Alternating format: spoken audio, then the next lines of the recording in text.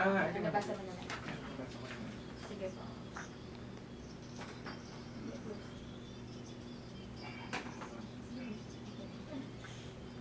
So, the book po is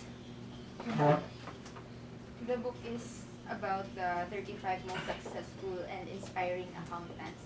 35 under 35. Okay. And the project recognizes industry accounting professionals who have made contributions to their business or industry by creating value, leading by example. Nadidistract si Sir. Maririnig din kasi siya dun sa audio mo. Yung-shooting kasi ko ng video for For Shell. for Shell as ano po? Sideline, ano lang siya, parang ad hoc ko lang. So, nag-shooting kami ng mga ganito. So, Ano po, parang mga advocacies din? Oo, hobby ko lang din kasi mag-edit and mag-shoot ng video. So, ginagawa ko siya for internal communication. So, okay ako. So, yun. Nag-video shoot to? Nag-video shoot din kami with the employees there, if you want to say, binigyan nila nila. So, medyo kaya pala din medyo, ako. napansin mo ba yung pagiging blurry sa camera? Sige ulit. Ayun nga po, so the project recognizes industry accounting professionals who have made contributions to their business or the industry by creating value, leading by example, championing new solutions, and inspiring others. So, sir, can you please tell us background on how you started your career? So, I started my professional career na, or why did I choose accounting? From the start po, from why did you choose the course? Okay, so why did I choose accounting? How I started off as an accountant. So, graduating high school. So, after graduating high school, so it was a decision that I and my mom had to make. So, wala akong preference at that time. So, my mom and I were talking, what do I take? So, I left it up to sa nanay ko to make the decision. So, looking at it, what were my skills during high school? I was generally good at all subjects, but I was particularly good at math. So, choices were engineering or accountancy. First choice was engineering, however, so just a background on my family, my mom is a stay-at-home mom, my father is a tricycle driver. So as you would imagine, family income is very low. I'm the third child, apat kami, so I'm the third. At that time, we already had one of my kuyas studying in college, so private din. So as you would imagine, the resources were very low. So we were thinking engineering, accountancy. The problem with engineering was we were thinking, okay, if we choose engineering, there's a lot of tools that you would have to buy. So it will probably be expensive. So for accountancy, you only needed a calculator. So that was very basically, that was the decision point that we had. So we didn't have money to finance an engineering at that time. That was what we know. So we didn't have the finances, the resources to finance it. So I decided to do accountancy. So okay, my mom kasi was also an accountancy graduate. She didn't take the board, pero she took up accountancy back in college. So parang it's also just me trying to continue her dream of being a She did not practice the profession? She didn't practice the profession. She decided to stay at home. It was a decision that they made. Kaysa naman they had to be working. So my mom stayed at home and took care of the family. So there, that's when I decided to take up accountancy. And it turns out, hindi mo naman pala kailangan magaling sa math, basically. What you needed in accountancy was analytical skills. So, then 4 years flew by. I graduated accountancy. In terms of the school that I chose a school that's quite near my hometown, in Nueva Ecija. So I decided to go to the city and take college there. So, basically, my mom was saying, anak, gusto mo bang mag-UP? Gusto mo bang mag-school sa Maynila? We don't have the capacity for it, pero igagapang natin if you wanted to.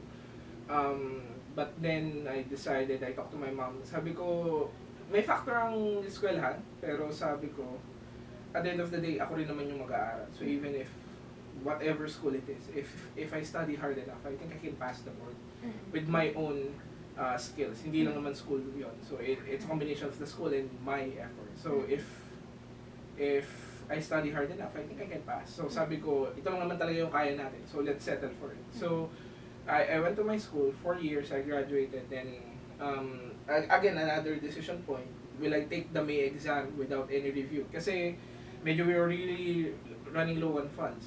So, kaya ko bang i-finance yung review? I talked to myself, take ko na yung May, let's try. So, Pero sabi niya, sir, ayaw you niya. were really financially struggling. Oh, struggling from when you start were to still a finish. student. From start to Paano niyo finish. po na-handle yun, sir? Paano ba? Nasanay na lang ako. I think at the end of the day, when I go to school, even though may mga kulang, at the end of the day, I go to school to study. Yun lang naman para sa akin. That was what was important. I was not one of the cool kids na lang merong bagong damit or bagong cellphone or whatever. Did Pero you try, ano po, maging working student or I or tried. graduate funds? I tried, nagpaalam ko sa mom ko, pero ayaw niya pa rin.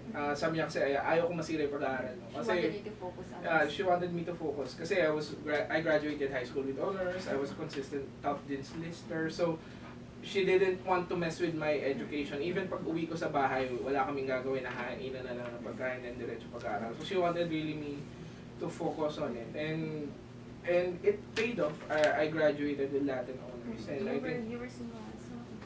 so I graduated summa cum laude, and it was through the efforts of my mom. Really trying hard. At the end of every semester, when we would start tuition fee, maghahagilap na agad siya ng tuition ko for ano. So it was really a struggle, but we were able to push for it. So at the end of it, so sabi ko, sabi ng mom ko, hindi, huwag kang mag-take ng May, baka bumagsak ka. I need to get you to a place where at least kaya mo. So we decided to take the review.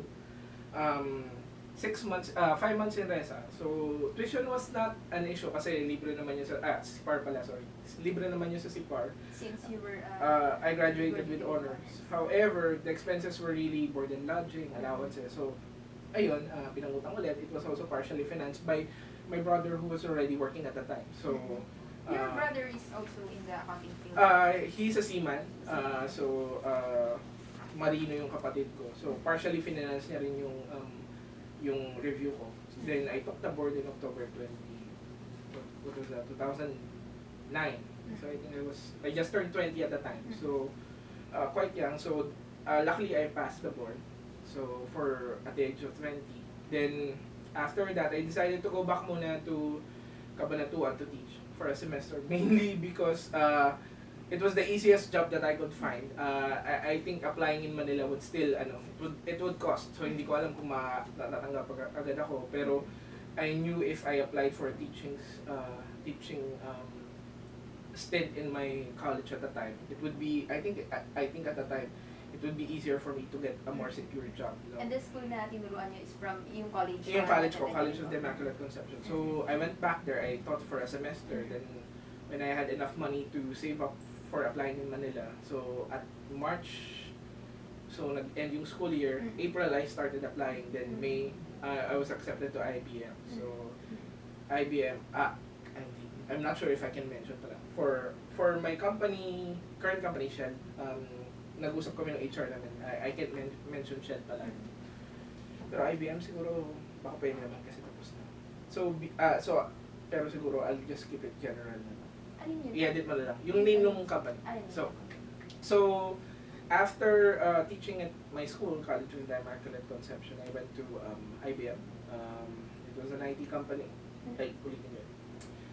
So after graduating, after teaching for a semester in my alma mater, College of the Immaculate Conception, so I applied. So I was hired by a multinational IT company. So as an accountant. So I stayed there for 3 years. So in varying degrees of responsibility. So I started off as an analyst. Then after a year, I was promoted to a country lead, which is basically an assistant manager. So when you started working in IBM, you were already a CPA na? Yes, I was already a CPA noon. Before I taught, pinasa ko muna yung I passed the board. Then so you were teaching and you were? I was teaching, then after teaching for a semester, I went to Manila. Yeah. I reviewed, then passed the board, then I went back to CIC to teach for a semester. Okay. Then after teaching, I applied for a private company here in Manila. So I decided, again, it was another decision point. Do I go to the Big Four, SGV, Pero story of my life. It was again financially motivated move to start and go with a financial with a private company because in terms of financial remuneration it was bigger compared to the big four audit firm. So there. So I started in IBM. So for the first year I was an analyst. Then after a year I was moved to a assistant manager post. Then at the end of that I was already promoted. At the end of another year I was promoted to another managerial. It's a supervisory role already. However, I was more into the training piece of IBM. So there. So after IBM, you started working in Shell na po? Yep. Ano pa nangyari? Ba't po kayo umalis sa IBM? Because my current role at that company, the IT company, was mainly because it was a training role. So because I had a background in teaching in college, so they decided to promote me to a role that handled training and assessments, so onboarding of the new hires of the department that I had. It was around 50 to 100 people at a time. So at, at at first it was fun. However, I decided I think I should be learning more. At that time, I was already teaching what was our process, what do we do, how we do it. So, but at the end of the day, I was learning a lot in terms of facilitating, speaking to people. However, I wanted to learn more hardcore accounting skills. So hardcore, whatever it is. So then an opening came with my current company. It was a multinational energy company. It was in tax. So I decided, okay, I want to apply. So So, sir, was teaching, was it one of your first loves na rin po? Or natutunan it niyo was na lang my siya? I love teaching a lot to the point that if it was lucrative, I would have stayed. I would have preferred teaching than my current jobs. Because Na-develop na lang po ba to nung when you were teaching in college? Or even before po that you were enjoying talking to people na rin? Even before that, I think I was already enjoying teaching my classmates how to do it. I would remember in high school, I would be coaching my classmates on how to do basically trigonometry, those calculus, those subjects that were really hard. I remember we would have classes. We would have after class sessions wherein I would teach calculus to my classmates and coach them. So I think it came from there, and then I was able to validate it when I started teaching at CIC. I developed a passion for it. There's a very good sense of satisfaction that you get from teaching students. It's just that I was too ambitious to stay within the academe. I wanted more in terms of financial remuneration and in terms of being able to climb up the corporate ladder, and in terms of the academe, it's very fulfilling, but there are limitations with the current way we do it. So basically, we don't pay teachers as much as we should be. So you when you were starting in Shell, you were at least you were able to ano pa rin po to sorry to talk with people, like yung nabanggit yung nga po na you really love talking to people. Yeah, so it came in handy, mainly because for our role, what we do in my current company before when I was still a specialist was that we prepare tax returns, and we prepare tax returns for the US operations. So we had people onshore that we needed to talk to. So these were people based in the USA that we talk on a constant basis, that we need to update. We need to make sure that they are our stakeholders. We need to manage them properly to make sure that they are satisfied with the way we do things here in Manila. And communication is very important, especially in operations wherein there's physical distance. You need to make sure that you are aligned with the things that you do, because someone is on a different continent and you need to work together. So communication is very vital in those types of work. So it's still being used until now. Even as I am talking to you, I think most of my confidence in terms of speaking to people has been gained mainly by teaching. So you talk to 50 people at a time, so and you need to keep them engaged. So I think there's a lot to be learned on that space. So can you please tell us more about your current function in your current job? So my current job is a senior tax manager for a multinational energy company, Mm. global energy company. And basically what I do is we handle Global energy company, which is also Shell, Shell. global energy company. Yeah, ulitin ko lang. So I'm a senior tax manager for a global energy company, and basically what I do is we handle government audits for our entities in Canada. So basically, when the Canada Revenue Agency or what in Philippines in Philippine layman terms BIR, the BIR of Canada, when they would audit our entities in Canada, basically we're the ones who handle all of the legwork, all of the paperwork. So when they would be asking questions, they would be requesting data, they would be asking, okay, why is this in your financial statements? How do you tie this to your tax returns? How this all makes sense? What are your transactions? Why did you tax this? Why is this exempt? Basically, we formulate all the questions.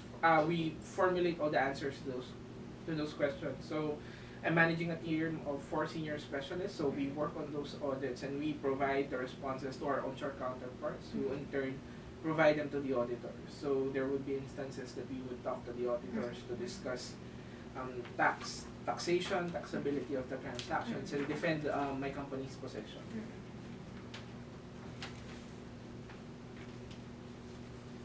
What do you consider as your biggest accomplishment? My biggest accomplishment, I think has been the successful migration of my team. I think in terms of complexity of the job that we do, tax is already a very complex process. So many companies don't migrate their tax operations here in Manila. In terms of migration, you would usually see call center operations being migrated, payables migrated, credit operations being migrated. It's one of the first jobs to go, usually, because it's something that's very easy to, not easy, but it's something that's manageable at the start. But tax is very risky, it's very complex, and there's a lot of peculiarities depending on the country. So it's not something that you migrate easily. And us being able to migrate not only tax but the audit piece of tax when we get audited, I think that's a very big accomplishment. And I, as the manager, we were able to successfully migrate it with the help of my team and with the help of our onshore counterparts. I think leading that and having that successfully migrated, and we've been live for I think a year and a half now, and it shows that it's working well, and I think it shows that this is something that we Filipinos can handle. So being at the forefront of that piece, I think pushing the envelope in terms of what we can do here in Manila, not only for my company but I think for the accountancy profession. I think that's a very big accomplishment. Since you mentioned nga po kanina na you're someone who like to help others by teaching them, has there been someone na you've mentored or na-inspire mo po? I think in a sense, with the company, I always talk to people who are willing to who would reach out and ask for advice. Should I name people who are people who I'm not sure if I should name them, but I mean, what are them? Are they your usually, friends? especially usually I like to do those sessions. I think it's more effective when you develop a personal relationship at first and you do the mentoring later. I myself have a lot of mentors, so I see the value in it. So I mentor and coach people, and I offer it, especially now currently with my current company. So I just completed my CIMA, so Chartered Global Management Accountants accreditation. There's a lot of employees in my company that also want that. So some go to me to ask for advice on how. Advice on what particular? Because how do you take the exam and how do you balance it? What are the challenges? Because it's not that easy, especially for someone who has a full-time job to pursue an accreditation. And